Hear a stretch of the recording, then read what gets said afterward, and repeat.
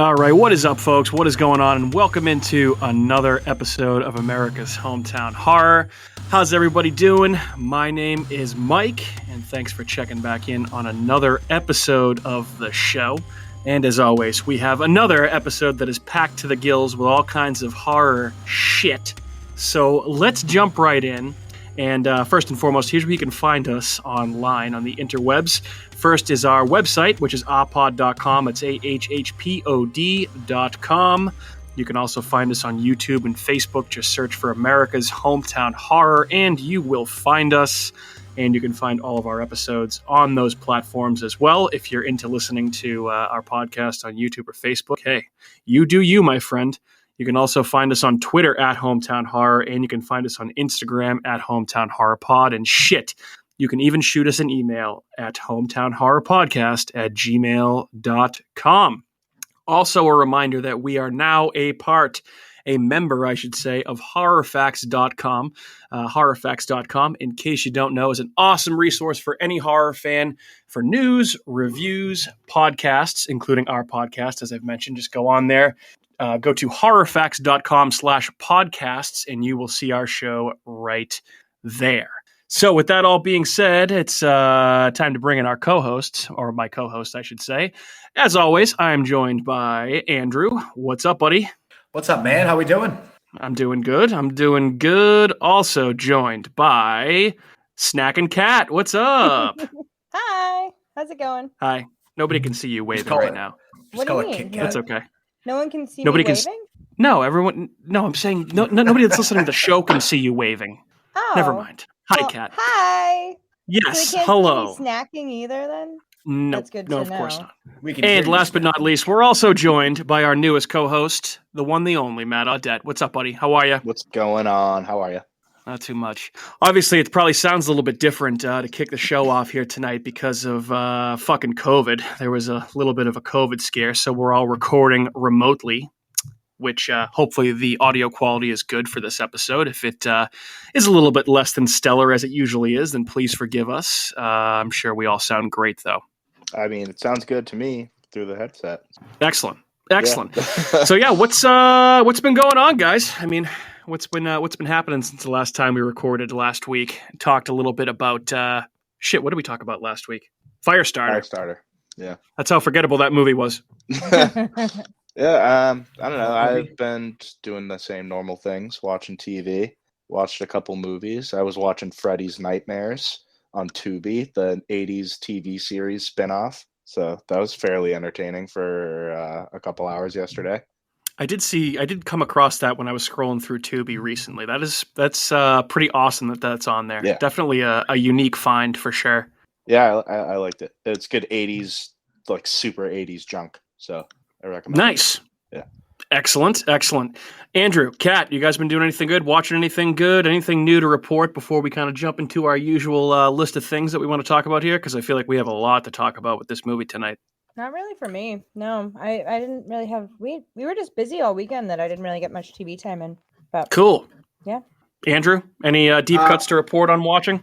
No real deep cuts, but I actually, it was a couple of weeks ago I watched it, but I completely forgot about it until we were going to be talking about tonight because it has Jesse Buckley is one of the main characters in the movie. It was I'm Thinking of Ending Things. It's on Netflix. I'm not sure if you guys have seen that. It's Jesse Buckley's in it. Jesse Plemons is in it. Really weird movie. I don't know if you ever saw the movie Schenectady, New York with Philip Seymour Hoffman, but it's based off a novel, and he wrote that other, whoever wrote this novel wrote that novel as well. It's a really wild movie. Like, it's basically just this guy takes his girlfriend to visit his parents during a blizzard, and they stay at the house, and the parents are really weird. Toni Collette's the mother in it. She's really good. And she's good in everything. I don't want to give it away too much, but it's just a really weird movie. I still don't know how I feel about it. I feel like I'd have to watch it again. But it's very well acted. It's very different, kind of trippy, but I would recommend giving it a shot if you. Cool, interesting. I haven't heard of that one. But wait, so you're talking about this is still I'm Thinking of Ending Things, or the Schenectady, New York movie?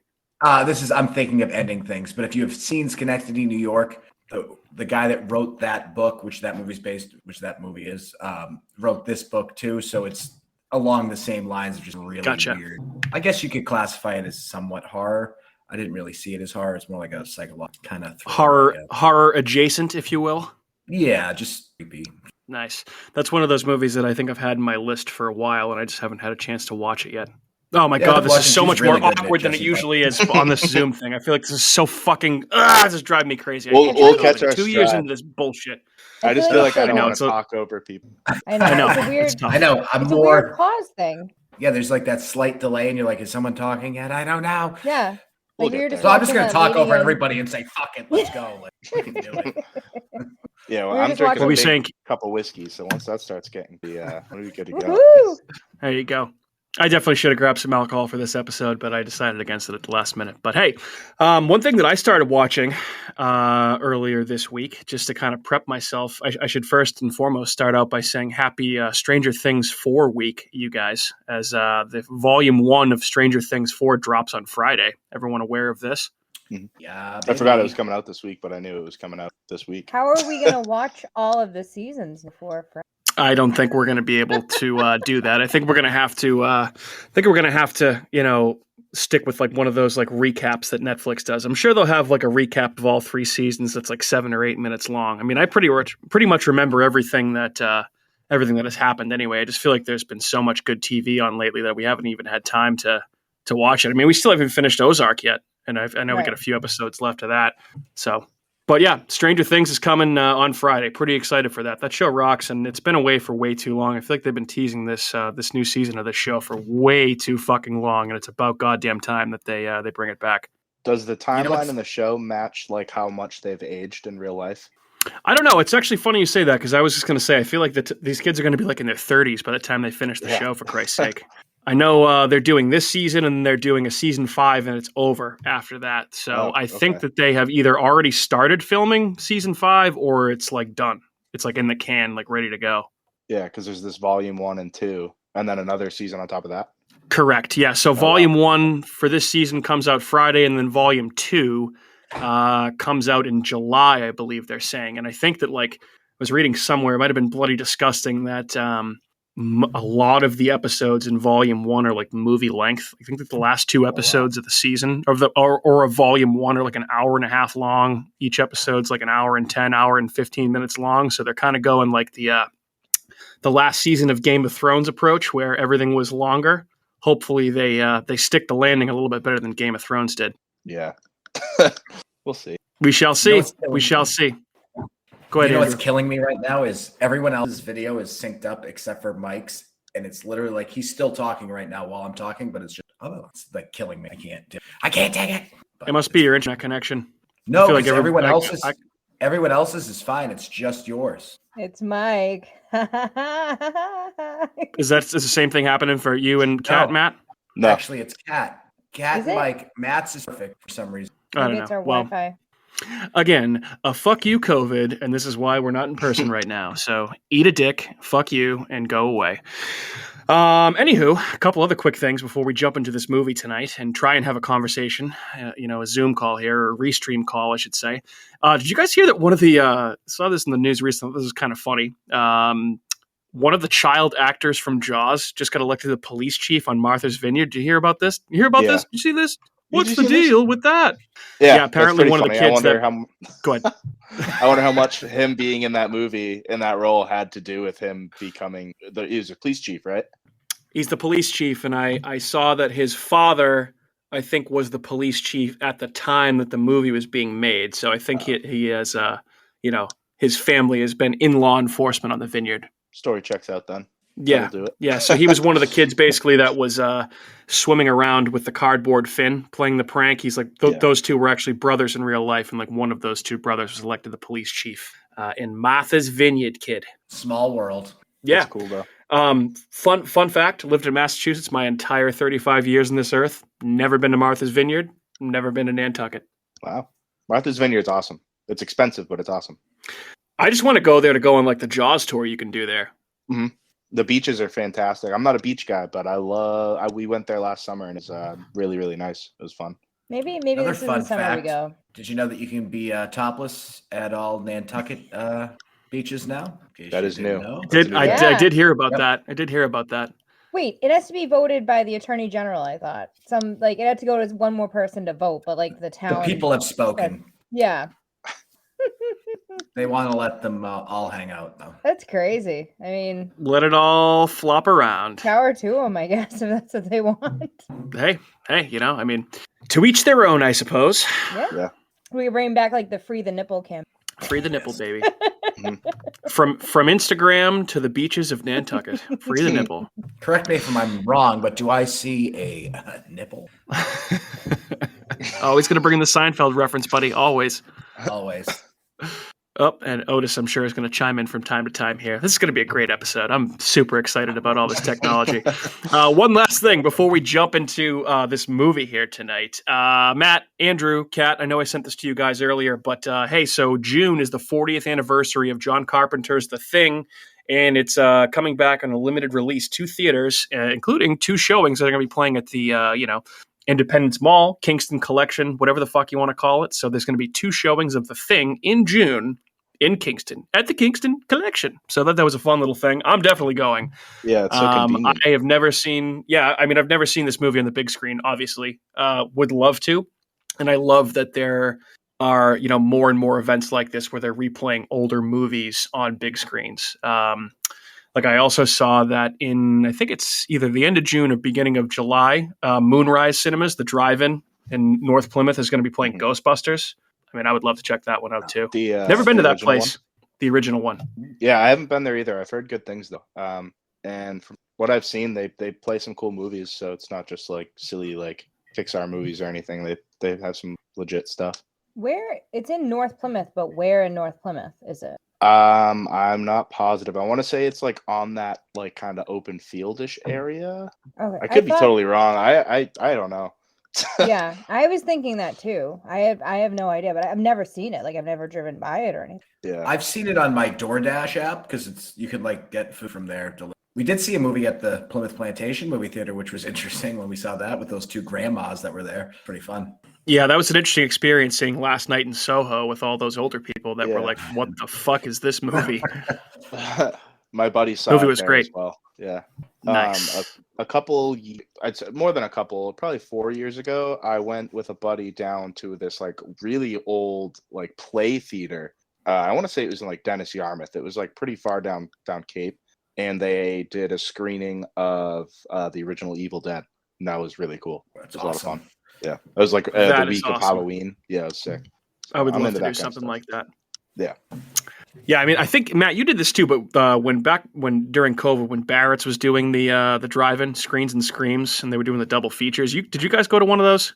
No, we were supposed to, and then we sold our ticket. I don't remember why. We had to sell our tickets to a friend, and luckily we were able to. But something happened and we couldn't go. Okay, all right. Yeah, that was a lot of fun. We did the one with it was Killer Clowns from Outer Space and the new It reboot. It was awesome. It was a great time. So good stuff. Yeah. Good stuff all around. All right. Anybody have anything else before we jump into tonight's movie? I will take all your silence and your blank stares into my screen, but that's a no. All right. So, hey, we're back talking about another 2022 movie release, and this movie is called Men. How about that? Just Men. Yay. Not a very subtle title, I will say. And not a very subtle movie. At certain times can be about as subtle as a sledgehammer to the face. So I guess with that being said, Matt, Andrew, I mean, Jesus, we all suck, huh? Jesus, we're terrible. Yeah, there was times I definitely felt pretty uncomfortable, but it was also times I've like, wow, I've done things like that. Like I've had that kind of attitude. So it was interesting. So admittedly, it's like, I mean, we're all people, but yeah, you notice more when it's like kind of when you know it's like portrayed for that reason. You're like, oh yeah, I've definitely been like, yeah, why don't you chill out? Like, yep. Yeah, I feel like this kind of almost for misogyny. This movie's almost like for misogyny what Get Out was to like not so subtle but subtle types of like racism, that type of thing. Unconscious like, bias.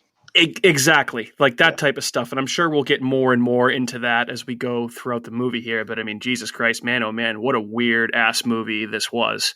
I can say that I definitely will not forget, the first time watching this movie where I was, especially at certain points. So why don't we just go around the horn here and give some overall thoughts? Hey, Kat, you want to kick us off and tell us what you thought about Men?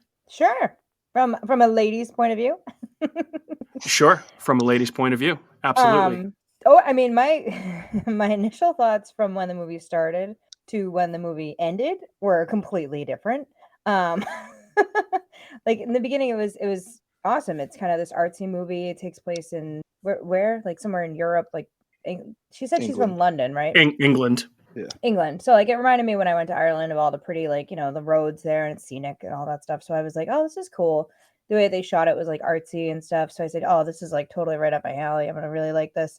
And it seemed like a different type of movie. Almost gave me like Pan's Labyrinth kind of vibes in a weird way of like how it then kind of morphs into these like men who become these monsters in weird ways that like seem like the naked guy mostly. He kind of was just like this monstrous man kind of person, right? Yeah. Like, so yeah, it started out as this like really pretty artistic kind of movie, and then all of a sudden it turns really dark. And by the end of it, I was kind of like, what the hell did I just watch? Like, the movie ends, and all of a sudden you're just like, wow, I need some time to think about that movie. Like, I actually, when it was over, I was like, I kind of want to now, like thinking about it, I want to see it again, just to kind of like rewatch it and kind of digest it a little bit more, because I feel like everything when action started like picking up, it just went so fast. I couldn't agree with you more on that. I still don't even necessarily know that I really liked it a lot, but I feel like it was at least effective in the sense that I've essentially been thinking about it nonstop for the last day. I mean, yeah, I feel like there's so many layers to this, and there's so much symbolism and imagery and meanings behind colors and depth and just overall meaning to kind of ponder over here. So there's a lot to digest and think about. And I feel like this is the type of movie where upon further viewings, you kind of, it might get a little bit better. Or just you'd understand it more. It would have like a deeper meaning, I think. That too. Oh, for sure. That too. Andrew, what do you think of this movie? Beautifully shot. Because I'm not going to lie, this seems like a movie that you that would be right up Andrew's alley.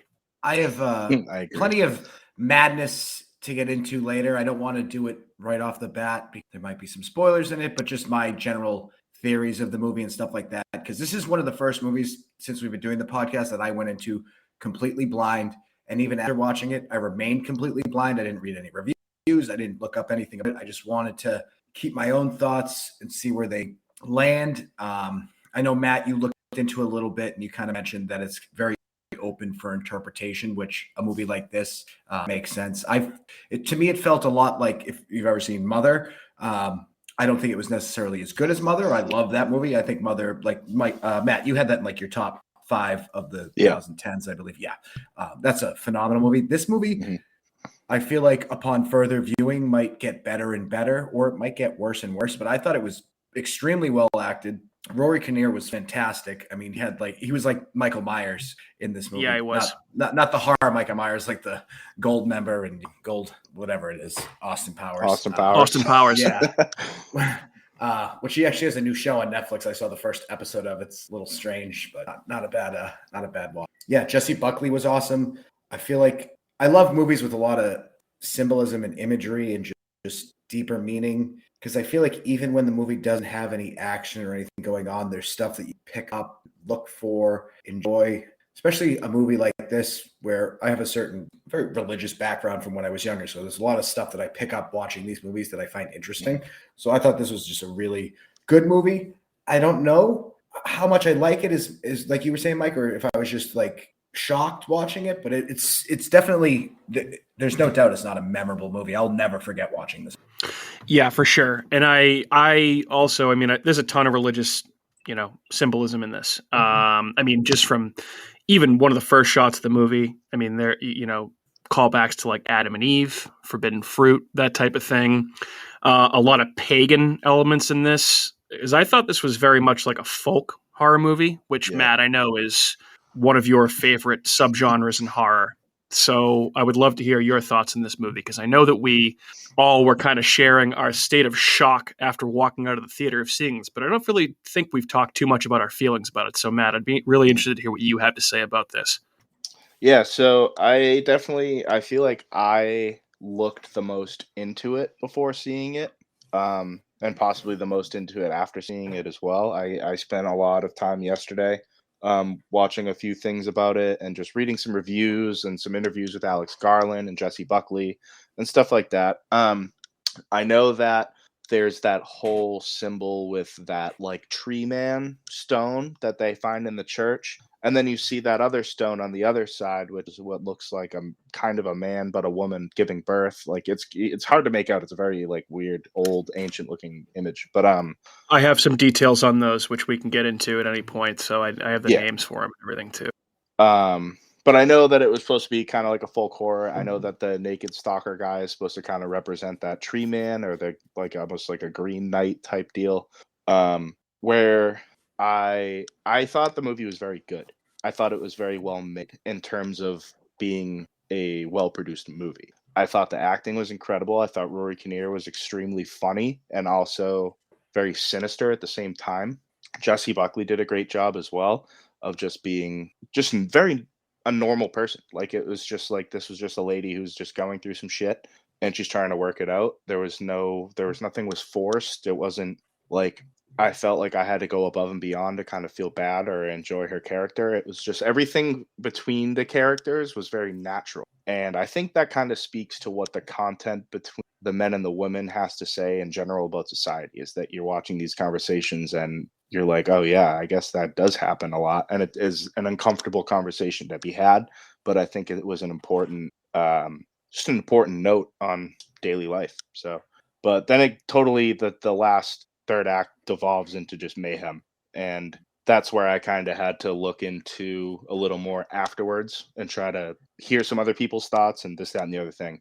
And I want to talk about that a little bit later, because I still think there's a lot of stuff towards the front of the movie and like the kind of main story that brings her here in the first place to unravel before that all gets talked about. Because the last 20 minutes of the movie is like insane. I just kind of sat there with my mouth open. Batshit crazy. Absolutely insane. I didn't know what the fuck I was watching. Just wild shit. I was just like my jaw actually like dropped at one point. I was like, what the fuck is going on here? Yeah, I literally was just looked at my buddy and I was like, what the fuck, dude? What is happening? Yeah, I mean, hard left turn into like full on like 80s body horror, like Cronenberg type shit. Just really without spoiling it, because I don't know, maybe there are some people that haven't seen this movie yet that are listening to this point. So no, I guess that's about as spoilery as I'll get at this particular point. But yeah, it's the type of third act that you will not forget anytime soon. It's very uncomfortable and tough to watch. Yeah. It's gross. Yeah, very gross for sure. Yeah, but I don't really think there's one easy explanation, kind of to go off what you were saying, Matt, for what the hell this movie is actually about, which, I think that's kind of a cool thing that's left open for interpretation. And I, having read a little bit more about it today and kind of letting it digest a little bit, I think that, Alex Garland, who we'll talk a little bit more about here in a little bit, has kind of left it open for interpretation and hasn't really explained a whole lot, or hasn't given a definitive answer as to what everything's about, which, some people may like that, some people may hate that, but that's a move for sure. But I mean, obviously it's tough to talk about this movie and not talk about, like some of the themes it touches on, right? Like toxic masculinity, misogyny, cycles of abuse of power, like that type of thing. But I also just want to echo the fact that I thought that the acting in this, which there's really only like 4 or 5 actors in this movie. Yeah. But especially Jesse Buckley and Rory Kinnear was awesome. He's really good in everything that he's in. He was great.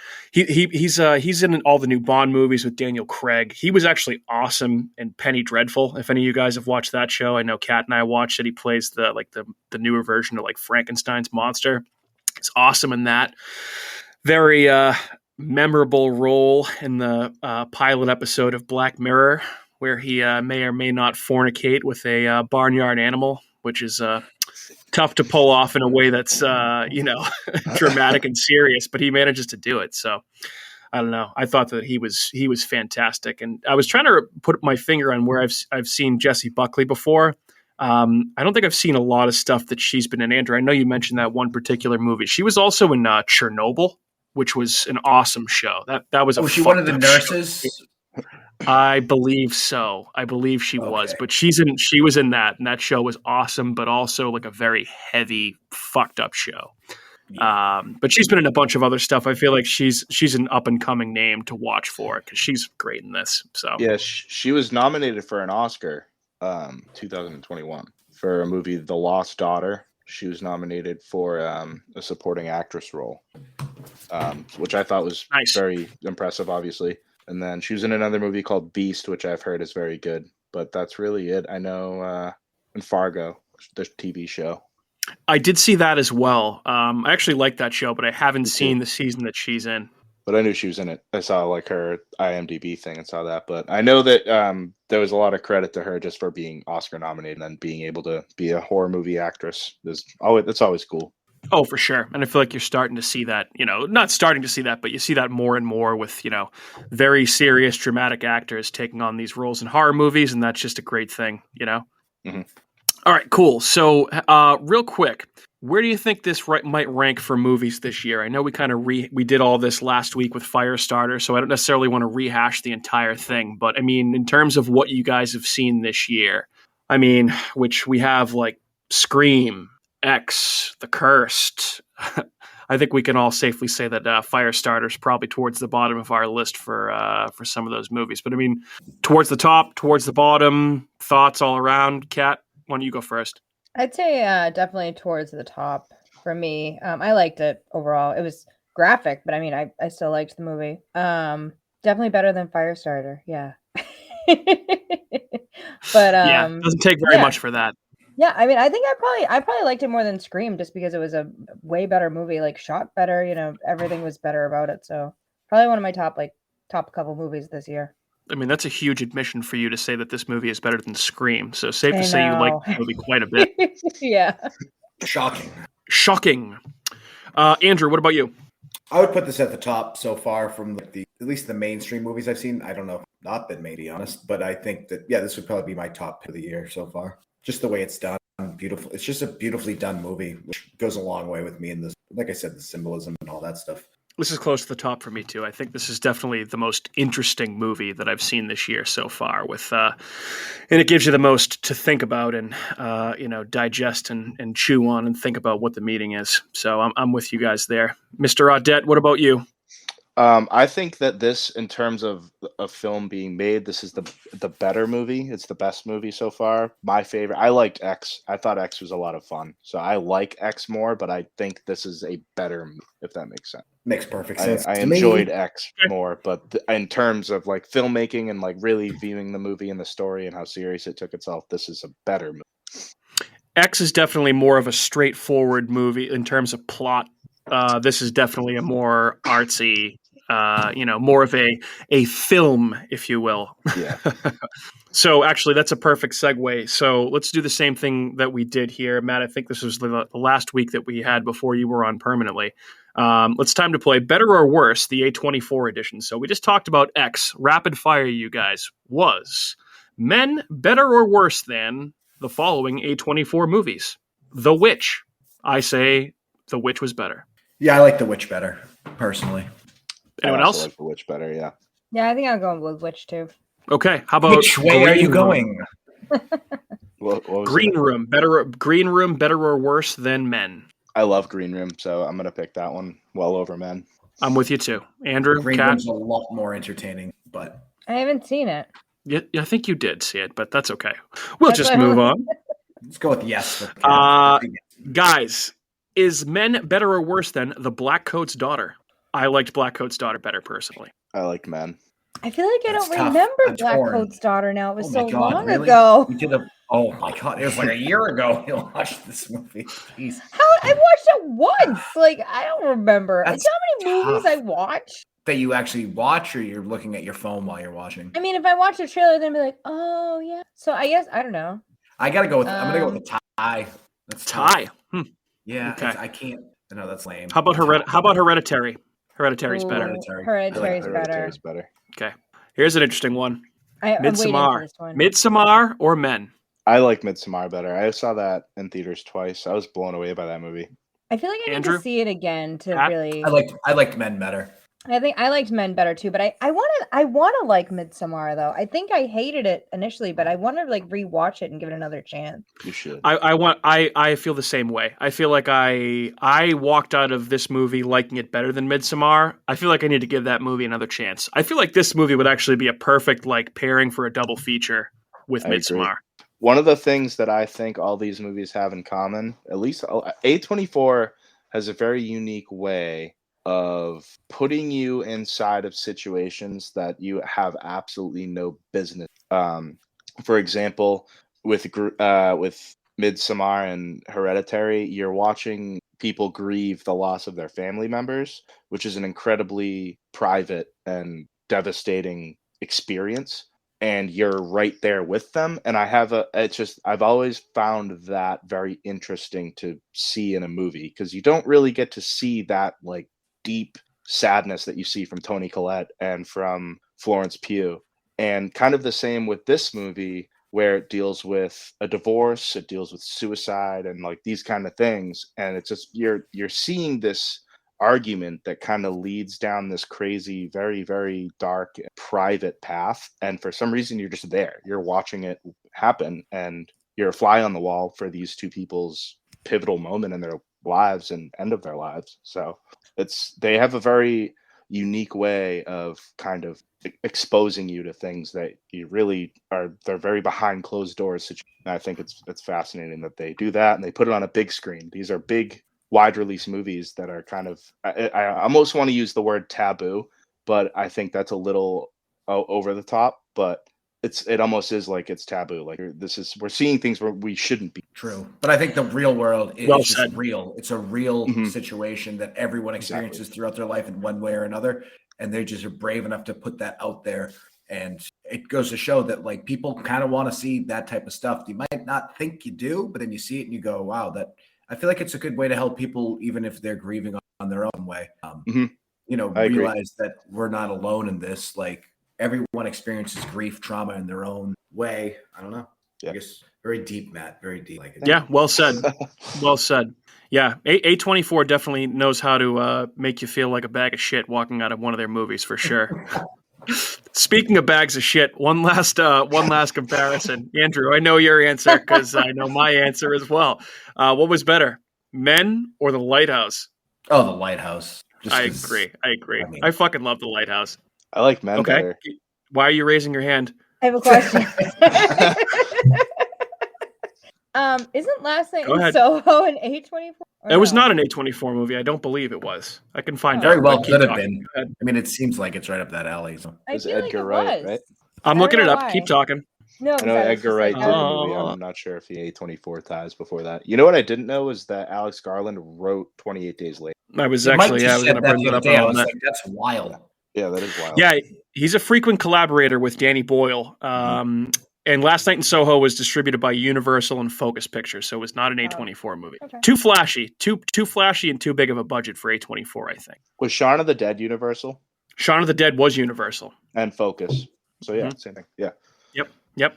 All right, so let's stay on Alex Garland here for a little bit. So you just brought up the fact, Matt, that he wrote 28 Days Later, which is obviously a fantastic movie. And as I just mentioned, Garland, in addition to being a novelist, also is a pretty prolific screenwriter who has frequently worked with Danny Boyle on projects like The Beach, which was an early Leonardo DiCaprio movie right after Titanic, which not a lot of people saw. Also wrote that movie Sunshine, which is a Danny Boyle movie. If any of you guys have seen that, it's got Cillian Murphy in it, Chris Evans, a bunch of people. It's an underrated movie. But also, in horror circles and sci-fi circles, is a little bit more famous for most recently writing and directing Ex Machina and Annihilation. Annihilation I loved. And I know you guys both liked Ex Machina as well. Yeah. Both those movies are phenomenal. Yeah. So this guy's got a pretty good body of work. He also worked on a TV show for FX a couple years ago that was called Devs, which I never saw. I know Nick Offerman was in it. Ron Swanson from Parks and Rec. It's a pretty serious show from what I understand. Yeah, I've heard the same thing. I've never seen it, so I can't really speak to what it's about very much, but I know it's another sci-fi type thing. He's big into the sci-fi, but this is kind of his first, full-blown balls-to-the-wall horror film, and I think he definitely showed in this movie that he's got the chops to direct a full-on horror movie, I would say 100%. Yeah, I agree. Yeah, and then I guess, one last thing to touch on here before we kind of talk a little bit more about this movie and spoiler territory and, some of the details and maybe some of the meaning. So this just debuted in theaters over the weekend. Both of us, all of us saw it within the last 48 hours or so. But, as you'd probably expect for a smaller A24 horror movie to perform at the box office, opened in just over 2,000 theaters across the U.S. and basically earned about $3.29 million over the weekend, putting it at the number 5 spot on the current domestic box office chart behind Doctor Strange in the Multiverse of Madness, the new Downton Abbey movie, which I did not know that there was even another Downton Abbey movie, The Bad Guys, don't know what that is, and Sonic the Hedgehog 2, all ahead of Men on the box office charts. So it didn't really good. That's because people are stupid and they're watching those. Yeah, a lot of those kids movies those are always going to be higher. Sonic the Hedgehog too. I haven't even seen the first one. I didn't know there was a second one already. I didn't even know. Jesus. I didn't even know there was one Downton Abbey movie. I thought. I thought that was a show. British TV show from like the 80s. Kat, given your love for British TV about royals and weird British people, I can't believe that you haven't watched Downton Abbey. I know that a lot of people love that show. No, I'm faithful to the crown and. Gotcha. I haven't watched Downton Abbey. I need more time. I think. Okay. Well, this movie is definitely more interesting than any of those other movies by far, and I don't think A24 went in with the expectation that this is going to make a ton of money, as, not a lot of A24 movies do. I would say probably the most successful ones, X was pretty successful, Hereditary was pretty successful, but I don't think that they went in expecting this to, burn all the movie theaters down in terms of the box office sales. So I feel like it's right on par with what they usually get. Too. Yeah. That was pretty successful. A24 definitely made a name for itself. Oh, for sure. I mean, you'd have to say that really advertised though. Like they really advertised the crap out of Midsommar. I feel like all the hype with the trailers and everything. So there's a reason why that did so well because people are just anticipating it to come out. Well, Midsommar was on the cover of Fangoria too, before it came out. So yeah, it was getting a lot of pub for sure. Yeah. But it just goes to show that the two preeminent working studios in horror are A24 and Blumhouse. And I feel like they both churn out completely different types of movies. And your mileage may vary depending on what type of horror fan you are. If you like weird, indie, heady, strange, violent, gory horror, A24 is probably your thing. If you're more of like a Friday night, Saturday night, go to the movies and eat popcorn and have a good time type of horror fan, then Blumhouse might be a little bit more your bag. But I like a good amount of movies from both of them. So, but yeah, pretty much anything they churn out is gonna do pretty well. I'm not gonna lie. When I got hungry, when we were watching this movie, by the time I got hungry, I was not in the mood to eat what was going on the screen. So. Yeah. Can't say I blame you there. That's actually a pretty good segue.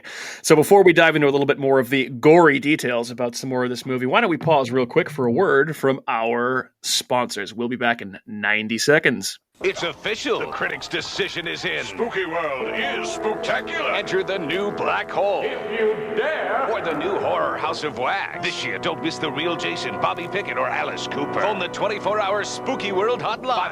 508-838-0200. That's 508-838-0200. Spooky World is just west of Boston and haunts every night from October 1st till November 1st. If you had the nerve, you'd phone 508-838-0200. It's America's horror theme park, Spooky World. Don't be scared. I'm the super sweet monster with the super sweet new cereal, Count Chocula. Biffle, here's the super sweet new cereal, Frankenberry. But I've got chocolate sweeties for monstrous chocolate flavor. Well, I've got berry-flavored sweeties for monster strawberry flavor. Count Chocula. Frankenberry. Hi. Frankenberry. Count Chocula.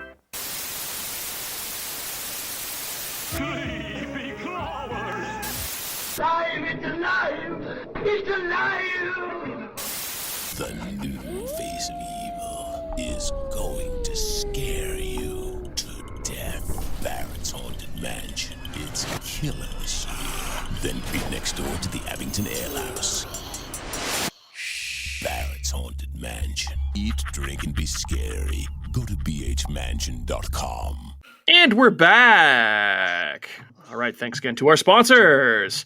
All right, why don't we talk a little bit more about Men here, you guys, and what we thought it meant, maybe some half-assed analysis of this movie. Would anyone like to tackle this first? Andrew, I know you said you had some pretty wild theories. Why don't you kick us off there, buddy? I can't wait for this. All right, so I don't know how wild these theories really are. Just upon watching it, I'm just going to go through it real quick. So basically, we've talked about, Adam and Eve, Garden of knowledge, all that shit. So basically, Harper is Eve movie, in my opinion. She gets to the house she's staying at, and she eats the apple from the tree that's fallen. The guy brings up the forbidden fruit when she first arrives, kind of implying that, she shouldn't be eating it, but she does anyway. And what I feel like that means is basically she's Eve in the fact that Eve coerced or convinced Adam to eat from knowledge of good and evil, which is basically her convincing her boyfriend to kill himself, even though she didn't really convince him. So basically, I feel like there's that tie-in. I feel like also her tie-in with Eve is the fact that Eve is basically blamed from the beginning of the Bible for the reason for all of men's sins, because the first sinner basically by eating from this tree, which religion is basically the beginning of the systemic toxic masculinity that exists in the world is because of religion, because of how we view Eve. Even in the book of Genesis, basically God says, I need to find a partner for man that's suitable for him. Instead of thinking about the way her life is, he's more concerned with how the man's life is. So basically, I feel like this movie just touches on that fact, that religion, and then you see it too with the priest when he's basically telling her, did you give him a chance to apologize? Well, no, you don't. He doesn't deserve a chance to apologize in that situation. Like, he made a bad decision. She has every right to kick him out of the house and be like, get out of here. And just by saying the things that he says to her, those shouldn't be tolerated, and she shouldn't feel bad or guilty, which she does feel inevitably guilty for it. I also feel like too that the weird naked guy that follows the woods is actually Satan, the deceiver, basically, because he transforms throughout the movie. He follows her. He's the first person that she doesn't kill him, but when he sticks his arm in the male slot, she stabs him in the hand and then tears it back. The wound, it looks like a serpent's tongue, the way his hand is after the fact. It's like a snake's tongue split down the middle. It's a little bit weird with that. But I don't know. I do think it just basically says that, I feel like the meaning of this movie is that toxic masculinity stems from religion. This is a very religious movie, I feel like, in a lot of points of views, and that, you have that weird thing scene at the end where it's just constantly giving birth. And that's just the systemic, man's the sins of the father beget the sins of the father. It just continues on until we put an end to it. And basically she put an end to it at the end of the movie, I feel. Very nice, Andrew. Yeah, it's legit. Yes, Good stuff, buddy. Good stuff. Can always depend, and obviously I know you growing up you had a lot of experience with religion, so it's very interesting to hear your point of view on these things, because it's way more knowledge than I have in that field for sure. So yeah, good stuff. But just to touch on a couple of things you talked about, I mean, Jesus, what a piece of shit her husband was, huh? Oh my God, just the worst kind of guy. Oh, awful. Yeah, terrible. Anyone that uses that as a reason to not leave me, that's just telltale sign. Yeah, you should reasonably. Yeah. Matt, Kat, you guys have anything you want to add there? I have kind of a different idea. So the one thing I'm having a hard time trying to decide on, this is why I want to watch it again, because I'm curious if I may be able to really nail it down. But it comes down to, do all the faces look the same to her, or do they all look the same to us? And I think those are two very different ideas. Now, if they look all the same to her, then she's just has this flat perception that every man is just the same. And we see that in the end, like what you brought up, Andrew, when he slides his hand through the door, she stabs him and he pulls his arm away and he gets this big slice in his arm. Ultimately, he ends up breaking his ankle as well. And at the end of the movie, you have this whole rebirth situation where her husband is the last one to kind of come through. And when he jumps off the building at the beginning and you see the injuries he has the exact same injury. He has the slice in his arm. He has the broken leg. And it's ultimately that every man she sees, she just sees the awfulness that she found in her husband. Now, the other way to look at it is that she's seeing all just these people, and we're seeing that they're all the same, and that she can't even separate herself. She's so wrapped up in the grief that she can't even see that she's just continuously being hammered by this awful manipulation and gaslighting and this, that, and the other thing, until she speaks with the vicar, the priest. And she's kind of like, you know what, buddy, fuck you. Because he's throwing the guilt at her. He's like, well, because he punches, the husband punches her in the face. And he's like, well, you never gave him a chance to apologize. It's like, maybe if you gave him a chance to apologize, he probably wouldn't have killed himself. Also just the worst. An insanely twisted just idea to have. And just this, it's so backwards. And so I think having it be that way, it just shows that she's just completely blind to everything. Like the grief has just consumed her until the end, when her friend Riley shows up and you see that she's pregnant and she is a whole, full, what a woman like is like. She has the everything a woman is the being able to give birth and hold life and all these wonderful things. And you see her with this big smile and the movie ends. And that's the safety net, that all the grief has been washed away. All the men are gone. And it's like, it's a definitely, I think that has more of a feminist point of view to the whole story. So it's just kind of, those are my ideas and my takeaways just off the single viewing and some things I kind of read into. But I think it comes down to, do the faces look the same to her, or are they different people? And to us, like, what do they call it? Dramatic irony, that we can see what's going on that she doesn't know. So those are my ideas. Hopefully that wasn't too confusing. I try to keep that as smooth as I can. No, good stuff. I like that. I hadn't considered your take on the ending, the last scene. I hadn't really considered that point because I was still kind of lost as to what was supposed to be happening there at the end. But I feel like that's a pretty solid explanation for what they were trying to go for. Thank you, Kat. Very nice. What do you got? Nice. Anything you want to add? I have to agree with Matt with the second version that you had when it started with the vicar and like kind of went through that whole thing. I think that's kind of like spot on initially how I thought, because I feel like when this movie ended, I was just like in a state of shock. And then Andrew's like, he's like going into all this detail when we were like sitting after, and I was like, how did you even get it? I was just like shocked, like at the end of the movie. I was just like not even like processing like anything that happened. But I think Matt said it perfectly. Like I feel like she was very like processing her grief when the vicar said all that stuff to her. That was like the turning point, and like the little boy and how they all look the same. And like I wasn't even looking at it.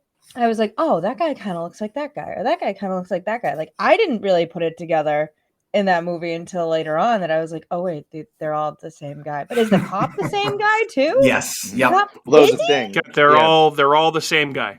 There was that innocence and curiosity that each character portrayed until she talked to the vicar, and everything kind of it changed. turned. The tone changed after that. Yeah, because in the beginning she's taking a walk, and I'm like, what a dumb person for like just walking on, like, you're in the middle of nowhere in like your backyard, and you're just taking a walk down this. Oh, let's go through this dark tunnel, and like there's a guy. Oh, he's running at me now. Oh no, what am I gonna like? What is the matter? How dare she go for a walk? You're on a vacation trying to get over your husband who killed himself, and she wants to go for a walk, and you're like, what are you doing, you psycho? Yeah. Or I feel like she probably hasn't seen this movie before, so she's probably like, you know what, I can probably just go for a walk and not worry about some gremlin chasing me. On like a main road, not in the middle of the woods. I don't know. I just while we're on the stupid husband, countryside, just did he actually kill himself? Or did he? Or did she push him? Yeah. No, she definitely didn't. He was push, climbing physically on the trying to get in. Apparently, Yeah, He was on another exactly. floor. He was trying to climb down from the balcony from upstairs down to their balcony, and she said he either slipped or did it on purpose. So I feel like that's also kind of left ambiguous as well. Yeah. Which Based I feel off of like what he what he said at the end, this is what you've done to me, which I feel like he obviously is. It can be taken either like, yeah, you drove me to kill myself, or you locked me out of the apartment, you forced me to go upstairs and try and get back in a different way. Look what you did. In like a literal So I don't know. sense. I mean, I think ultimately he wasn't trying not to fall off the. You know what I mean? Like I think there was intention no matter what. right. I think if he did try to get into the window and he couldn't, I think he would have jumped from. Right. Absolutely. You know what they say though, boys will be boys. Men will be Can't say men. that anymore. I guess you don't say that. So, Kat, the moral of the story is don't go for walks. In the Yeah. woods. Yeah, like what you On picked the up English on. countryside. Don't do that. Yeah. Yeah. I There mean, you who go. does that? There you go. Go, I mean, here's a dark tunnel. Let me see what's at the other end of it. Like, what is the matter with you? Look at American Like, Werewolf in so- London. Exactly. Yes. The Like echoes American in there, Werewolf they're- in London. Way too many echoes. Like, I Yeah. would think that like halfway through that tunnel, it must branch off to like 3 other tunnels with the amount of echoes that went through that tunnel. There was no way. Like, I was so wrapped up in that I wasn't even paying attention to like what else Seems was about going right. on. That's not surprising for some reason. It's like there's no way that echo is that far. That tunnel's not that long. Like what? One thing I will say about the echo part, I thought it was really cool that they took her singing and the echo and turned that into the music kind of towards like at certain parts for like the rest of the movie. I thought that was really cool. A cool They did that in effect. the trailer too. Oh, I haven't See, seen the it's- trailer yet. I want to watch the I trailer. only now. saw the trailer one time, and I know Andrew didn't see it at all. But after Andrew said he was going in blind, I made a point to not watch any trailers again for it. So I can't say that I went in as blind as Andrew did. But I'm used to being blind. Andrew, you did so. To touch on that, do you feel like going in without any knowledge about the movie, did that help or hurt your experience seeing this movie? So I'll put it this way: maybe not seeing the trailer didn't have that much of an effect because, like you said, Mike, you saw the trailer and it probably didn't really tell you much based off of how you reacted after the movie. Like it wasn't like the trailer gave away the entire movie. The not reading anything related to the movie or any reviews, I feel like that is a much more beneficial move because I feel like I was allowed to have my own opinions and my own thoughts about the movie after watching it instead of being like subconsciously like, oh, I read this one article or I read this. And like, it just kind of, even if you don't realize it, you just kind of your mindset. So I kind of liked it. It's going to be very difficult to keep that up because I want to know, but we'll see.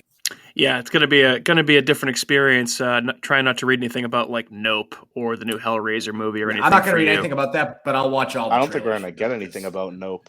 Nope. Right? I think it's Nope.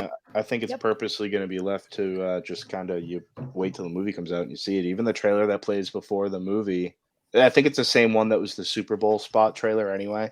But there's not much in it. Oh, It looks awesome. Speaking of trailers, can we talk about one trailer? Because I'm assuming it was at the movie what was that movie with the shell and the shoes? Oh, I want to see Oh my that. god! Marcel the Shell. Yeah. What the Marcel the Shell and which the Marcel the Shell with shoes, right?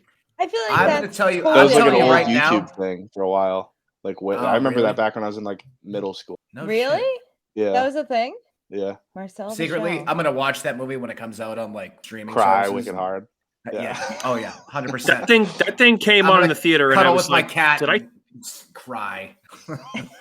When that thing came on, I was like, did I take an edible that I forgot that I took? Like, what is happening right now with this? But yeah, that was wild. That was wild. So good stuff all around on what you guys took from this. I just want to run through some other stuff that I found online, if that's cool. I'll try and keep this as abbreviated as possible because there's a lot, but I pulled this from an article on Cinema Blend. So we talked a little bit about the two symbols in the church, right? So kind of the man and the woman symbols. Okay, so those are actual real ancient symbols that are called the Green Man, not Charlie Kelly from Always Sunny in Philadelphia, just the Green Man. And the female version with the exaggerated vulva, as they call it, is a pagan symbol called Sheila Nagi, is how it's pronounced. It's an old Gaelic thing. Yes, Kat, with your hand raised that nobody can see listening to this podcast. So, is a green man? That kind of reminds me of like True Detective, like the spaghetti monster, right? Green-eared spaghetti Little monster. bit. Yes, Yeah, it could have been a very, similar very kind similar of to that. reference. Yep. You're welcome.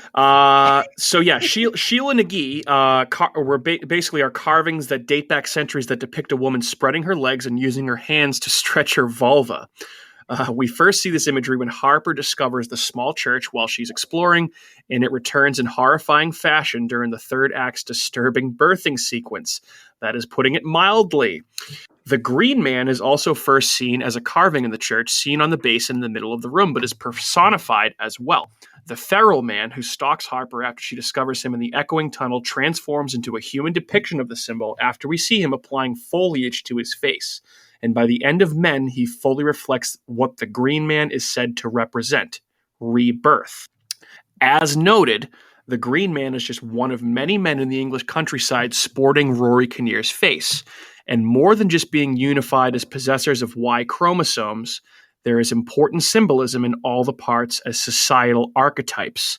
The vicar and the policeman, for example, are both authority figures from male-dominated fields, and they ultimately use their positions to undermine Harper. The vicar by questioning her culpability in her husband's death, and the policeman by patronizing her fear of the stalker that was caught trying to get into her house. Jeffrey, or Joffrey, which might have been my favorite Rory Kinnear performance in the entire movie, as a character overall is a bit more nuanced, as he comes across as a kind of fatherly figure, but a subtle misogyny is exposed via macroaggressions, whether it's repeatedly calling Harper Mrs. Marlowe or patronizingly lifting luggage and springing into action as her quote-unquote protector. These masculine viewpoints all attempt to influence Harper's perspective on the horrible incident that led her to go away to the cottage in the first place. The death of James, her husband, which followed his threat to kill himself if she were to leave him. It's not made clear at the end of Men if James committed suicide or suffered a terrible accident, but that's incidental as the focus is put on Harper's grief and guilt. Woo! That was a mouthful. Sorry, Matt, you were saying something. I was going to say, when you brought up the small things that Joffrey kind of mentions subtly, he one of the other ones, or a couple of the other ones, is that he mentions not to flush your tampons down the toilet, as if because I think that's a common was wild thing not to do. And then when they're at the pub and he refuses to let her pay, even though she says no, I can pay for my own drink, he just absolutely, until finally he tells the bartender, he's like, don't let her even bother. So it's money's no good here. That. He just suffocates her entire anything she had to say. So just there's a few little things he had, as charming and kind of goofy as he had some like Nigel sinister Thornberry things going on. Nigel Thornberry. He also could have just been trying to be a gracious host too. He did do a lot of things that were, but he was probably out of all the. It's that's like to say some of that stuff. I agree with 99% of that stuff, but that's like saying if I'm to open the door for a woman walking through that. No, I'm just being nice. I do it to guys too. So it's I would offer to carry bags for anybody. It's the insisting that it makes it the overly the insistence. But it does make you think though. Character. Those are fake teeth, right? Had to have been. The only character Ladies, I didn't what you flush was the little kid, because that weird face thing they did with him, that creeped me out. I didn't like it all. Well, even the little that was kid, the creepiest part of the whole movie. Yeah, that was just was that a Marilyn Monroe mask? Did you figure that out? Was that an Andy Warhol kind of It was definitely Andy Warhol style, pop art. I don't know if it was Marilyn Monroe. Definitely wasn't Marilyn Manson. I can say that. I don't know if it was Marilyn Monroe or not, but that was a creepy ass mask. And then it was even creepier when he took the mask off. That was one of the creepiest parts of the whole movie for me. Yeah, that threw me off. Because even at that point, stuff, I was like, this has to be a little kid. It wasn't.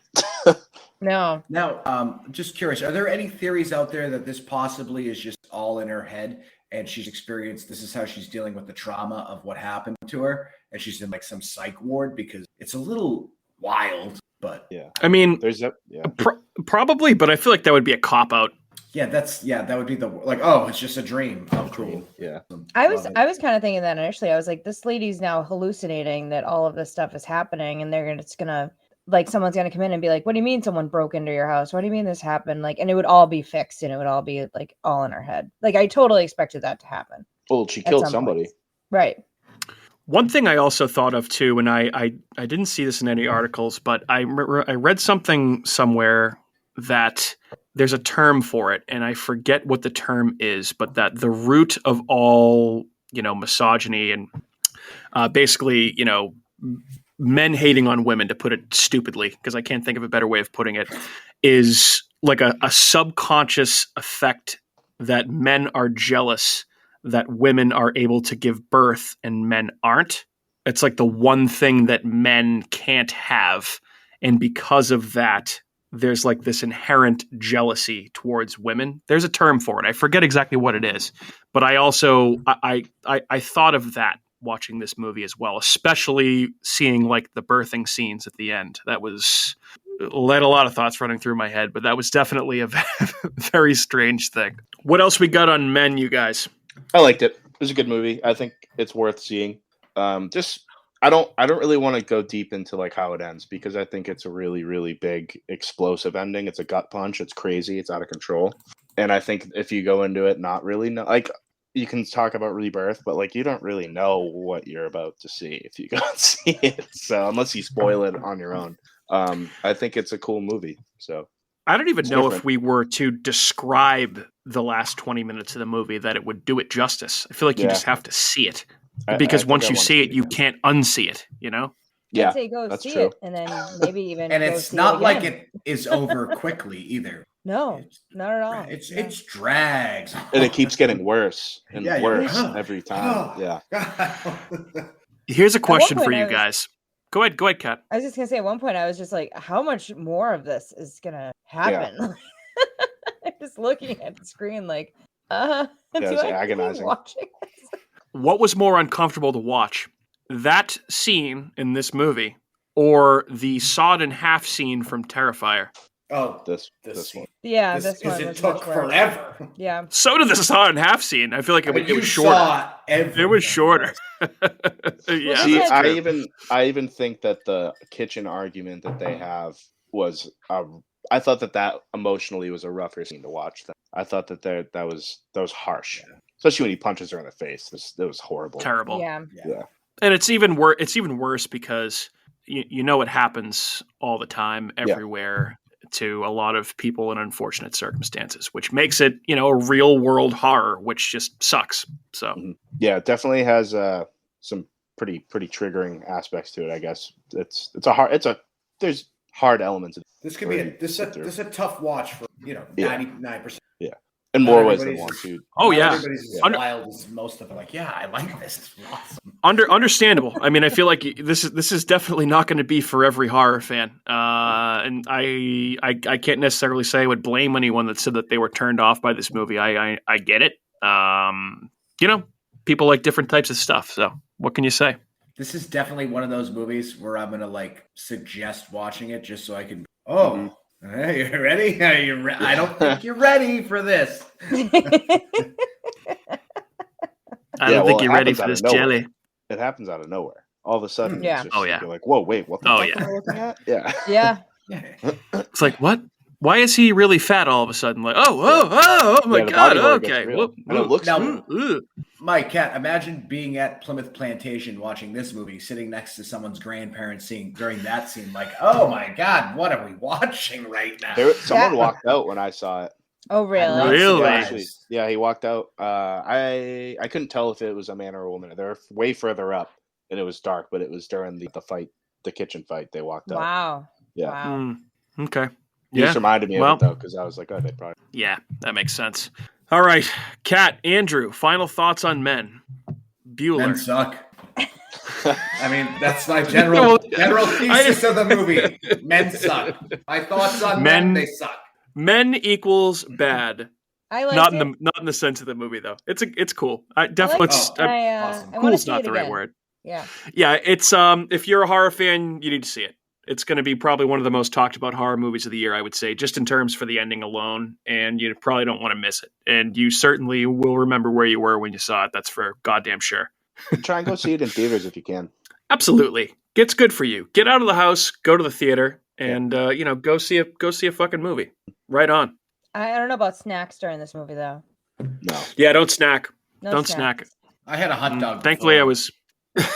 He had the last hot dog. Mike tried to get a hot dog and he couldn't. Yeah, because I tried to get a last goddamn one. hot dog, and you got the last one. The kid was like, "Yeah, we don't have any more. They're not going to be ready for like a half an hour." I was like, "Dude, there are like 4 of them right there." He's like, "Oh, they're not ready yet." Those I are was like, mine. Okay, whatever. Yeah, those are my hot he was dogs. like, I'm eating those for later. He was like, "What are you insane? Fucking- Those have been there since the silent era." It's a perfectly sane food to eat. Well, not only that, I tried to get a hot dog. Fucking Andrew got the last one, and then they now have flaming hot Cheetos popcorn. I was like, "Yeah, baby, give me that." And he was like, "Oh no, we don't have that either." I was like, "You little fuck!" I was like, "God damn it, just give me a small popcorn then." I guess. What the fuck? They have nothing because they have pretzels on the menu too, and they didn't have those. So Pretzels, nachos. They don't have any of it. They just have ices and popcorn, pretty much, and one hot dog apparently. So nachos, great. lemon heads, Great. Cans of Michelob Ultra. Yeah, Yeah. exactly. I know. I always forget that they have booze there. I'm like, oh, I forgot they have like White Claw. Yeah, I grabbed a big Truly, so I was like, all right, whatever, I'll grab it. And, There you go, man. Excellent. You kind of needed it. I Yeah. have an extra Yeah. large icy. I was glad I had it. Well, I think I'll end by saying, go see men. You'll have a good time with men. Men are bad. Mike loves men. Manly men. You love men. Fuck you. All right. Well, it's been another episode of America's Hometown Horror. Oh my God. It's been another episode of America's Hometown Horror, you guys. And if you're listening, you can find our show wherever you're listening right now. But we're also on Apple, Google, Spotify, Amazon Music, iHeartRadio, Stitcher, Spreaker, and wherever else you may get your podcasts.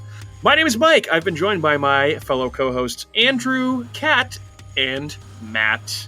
Guys, say goodbye to your audience. And hey, who knows? Well, not who knows. We'll be back next week with something that has yet to be determined. So, bye. Bye-bye. Adios, muchachos. Good evening.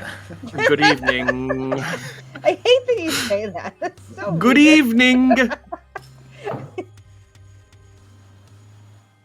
Hey everyone, it's Mike from America's Hometown Horror, and just wanted to say thank you again for listening to another episode of our show, because of course, we would be nothing without you listeners. If you are interested in more local Plymouth podcasts, I would highly recommend you check out some shows by our cohorts on the Inebriart Podcast Network. That's right, the Inebriart Podcast Network, folks. In addition to America's Hometown Horror, you can find the Inebriart Podcast, Bar Talk, Theme Park Legends, Retro Redoctopus, and Old Colony Cast. Head on over and give them a listen.